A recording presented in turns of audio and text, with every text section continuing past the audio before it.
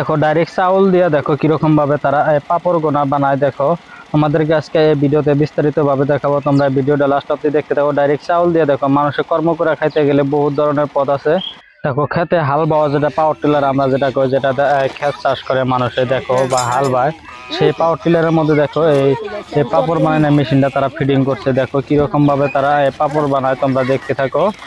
দেখো এই মেশিনের যেটা পার্টস আছে সেগুলো দেখো তারা ফিটিং করতেছে, সাবা করতেছে। কোন জায়গায় বা তারা পাপড় বানায় আসলো সেই জন্য তারা এই মেশিনটা সাবা করতেছে। দেখো তোমরা একদম নর্মালি ভাবে তারা এই পাপড়গুলা বানায়। দেখো তোমরা দেখতে থাকো। ডাইরেক্ট চাউল দিয়ে দেখো এই জায়গায় কিন্তু অনেক মানুষ ভিড় হয়ে গেছে। আর দেখো কোনো ধরনের কেমিক্যাল নাই, ডাইরেক্ট পাপড়। দেখো সরাসরি তোমাদেরকে আজকে দেখাবো, তোমরা এই ভিডিওটা লাস্ট অব্দি দেখতে থাকো। 1 কেজি চাউল তারা ভাঙালে কত টাকা নেয় তোমরা সেটাও জানতে পারবা। তোমরা ভিডিওটা লাস্ট অব্দি দেখতে থাকো। দেখো কিরকম ভাবে তারা এই পাপড়গুলা বানাইতেছে।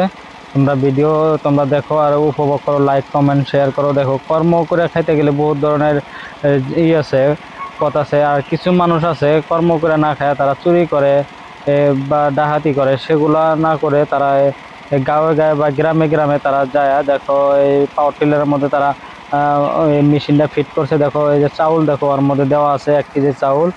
দেখো তারা 1 কেজি চাউল দিয়ে কিন্তু 25 কেজির বস্তা কিন্তু লোড হয়ে যাবে। পাপড় ডাইরেক্ট কোনো ধরনের কেমিক্যাল নাই বা কোনো ধরনের নাই, কোনো ভিজান লাগে না। ডাইরেক্ট চাউল আয়না দেখো তার মধ্যে দিছে। দেখো ডাইরেক্ট পাপড় বার হয়ে যাইতেছে। তোমরা দেখতে থাকো, উপভোগ করো। আর দেখো এই জায়গায় কিন্তু অনেক মানুষের ভিড় হয়ে গেছে।